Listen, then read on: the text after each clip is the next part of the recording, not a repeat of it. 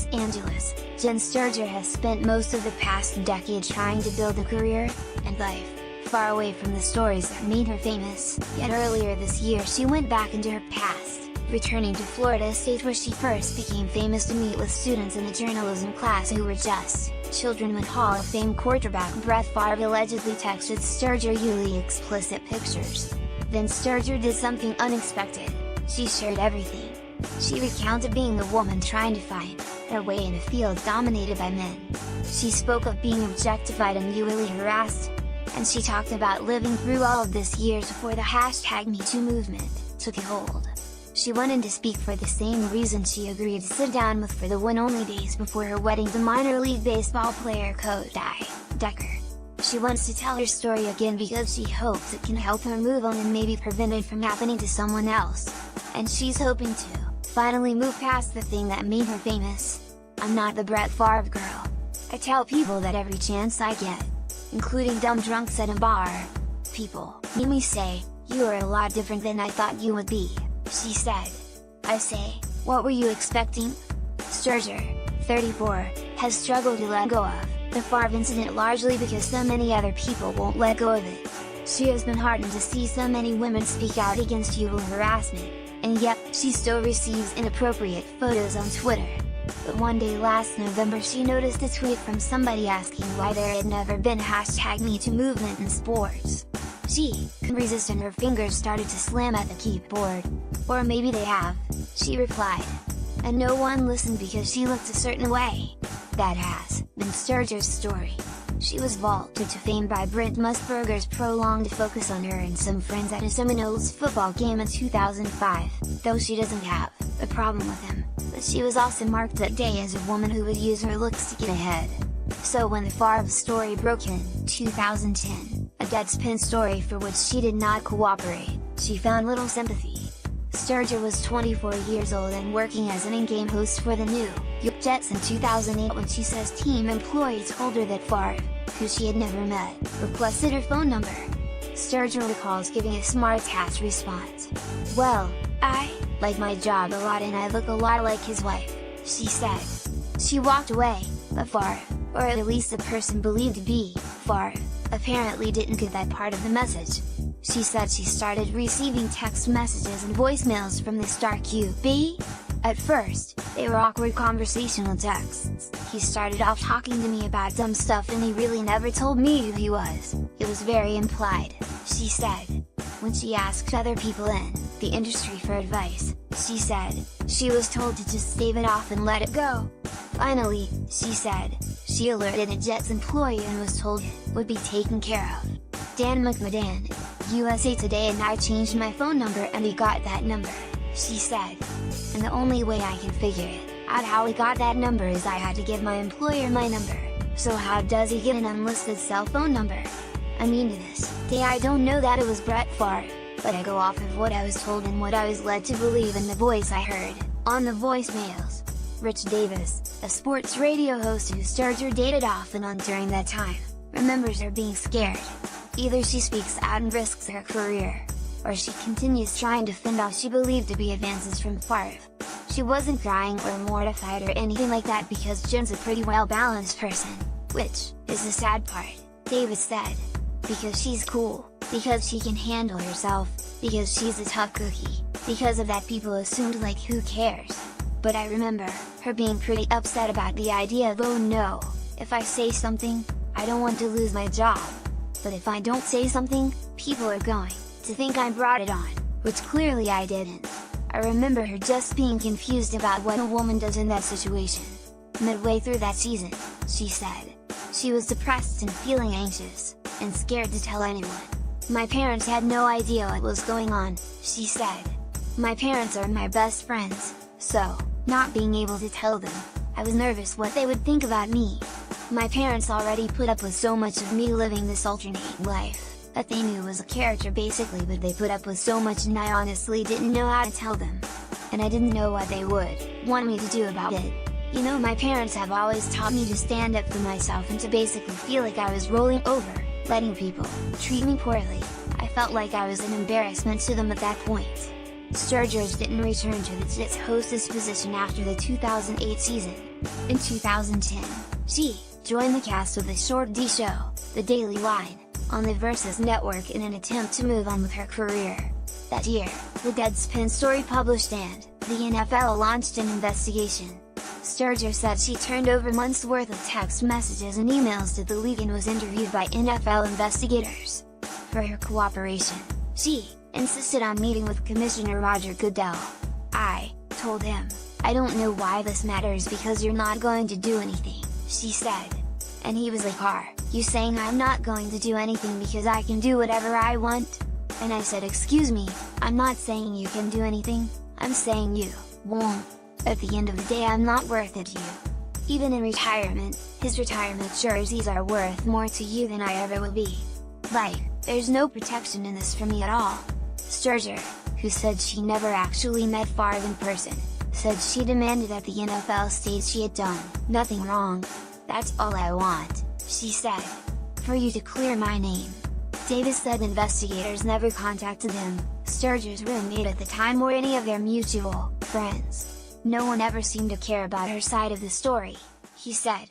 When asked if the league's investigators had ever contacted friends of Sterger's, league spokesperson Brian McCarthy pointed to a 2010 press release about the investigation.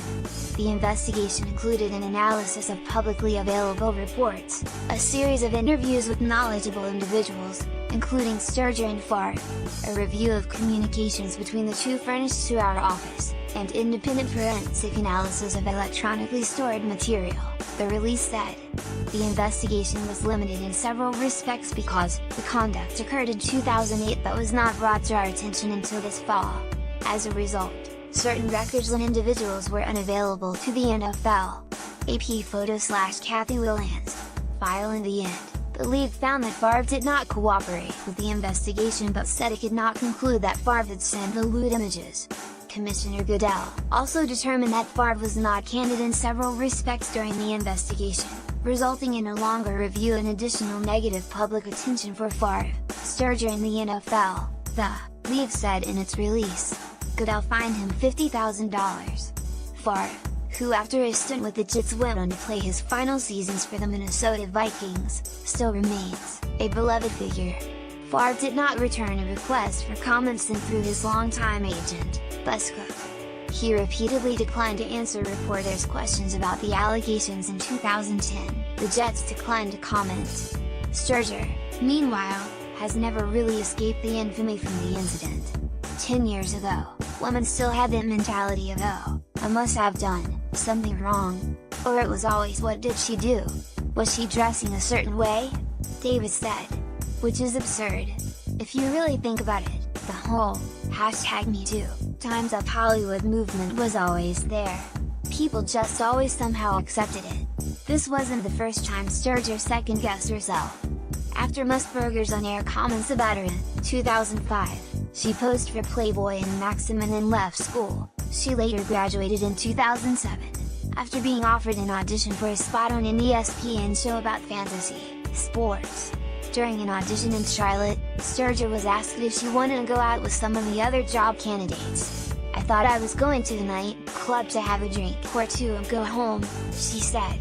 Instead, they ended up at a strip club. She said she alerted the show's producer the next day. That producer was Jamie Horowitz, who was fired from Fox Sports amid claims of misconduct last year. Sterger said he told her that shouldn't have happened. Then he proceeded to lecture me on why I went, she said. "I was taken there, I didn't know where I was going. You can't be mad at me for being taken somewhere in a city that I don't know and I don't have a rental car." Jimmy DeFilippo, US Press Wire. What was I supposed to do? I wasn't rolling in money. I couldn't just get myself a car.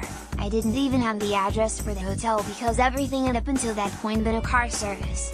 They structured every part of my day when I was in Charlotte.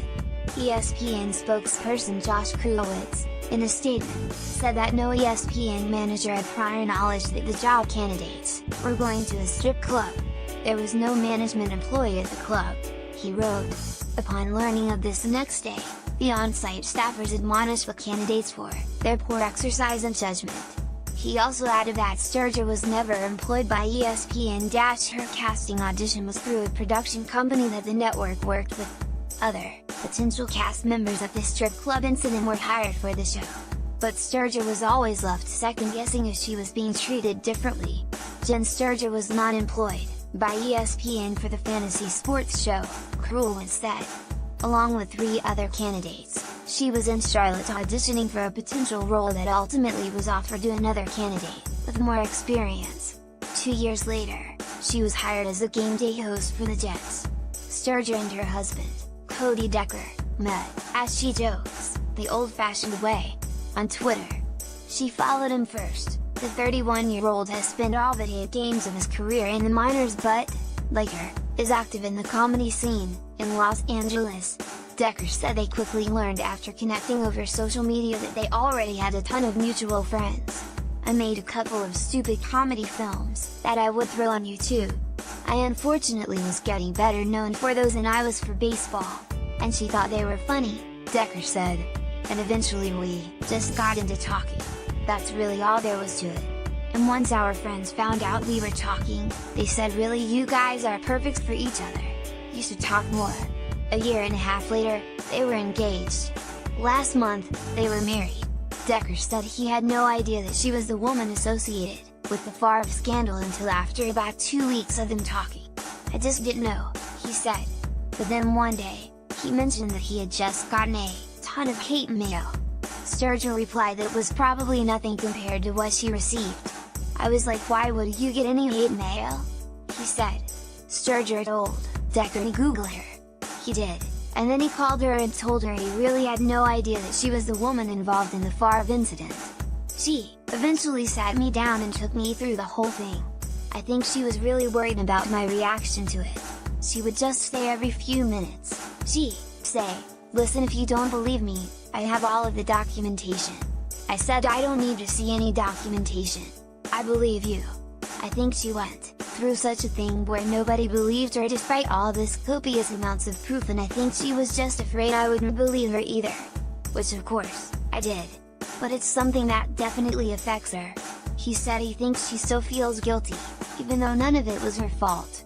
There's still a part of her, she knows she didn't do anything wrong, but when so many people come at you like that, I think she just second-guesses herself. Davis Aouk, the Florida State professor who invited Sterger to address his class, found Sterger's tweet in which she said there had been #MeToo moments in sports but no one listened as he was working on a lesson about women in sports media. The class discussed Sterger's comment, and one of the students, Catherine Wright, contacted Sterger. She hopes to go into sports journalism, and saw Sterger's story as something she can learn from. "I read Sterger's tweet, and felt so inspired because I'm someone who can be naive and think the world's a great place," she said. "It made me realize that it's not all rainbows and butterflies in that world of sports media." Now Sterger and Aouk are considering making her talk a yearly part of the class. "When I sit there in front of these classes of young college women, I don't want them to go through what I went through," Sterger said. "You know, I want them to have it better. I want them to be treated as equals and not eye candy. I had one girl tell me, 'I wanted to get into broadcasting but I'm not pretty like you,' and I said, 'It's not about being pretty. It's about what you have in your head. It's about your knowledge. It's about your expertise. It's about creating a brand for yourself that people trust and know. That's why I speak out whenever I can. Because I don't want to see this happen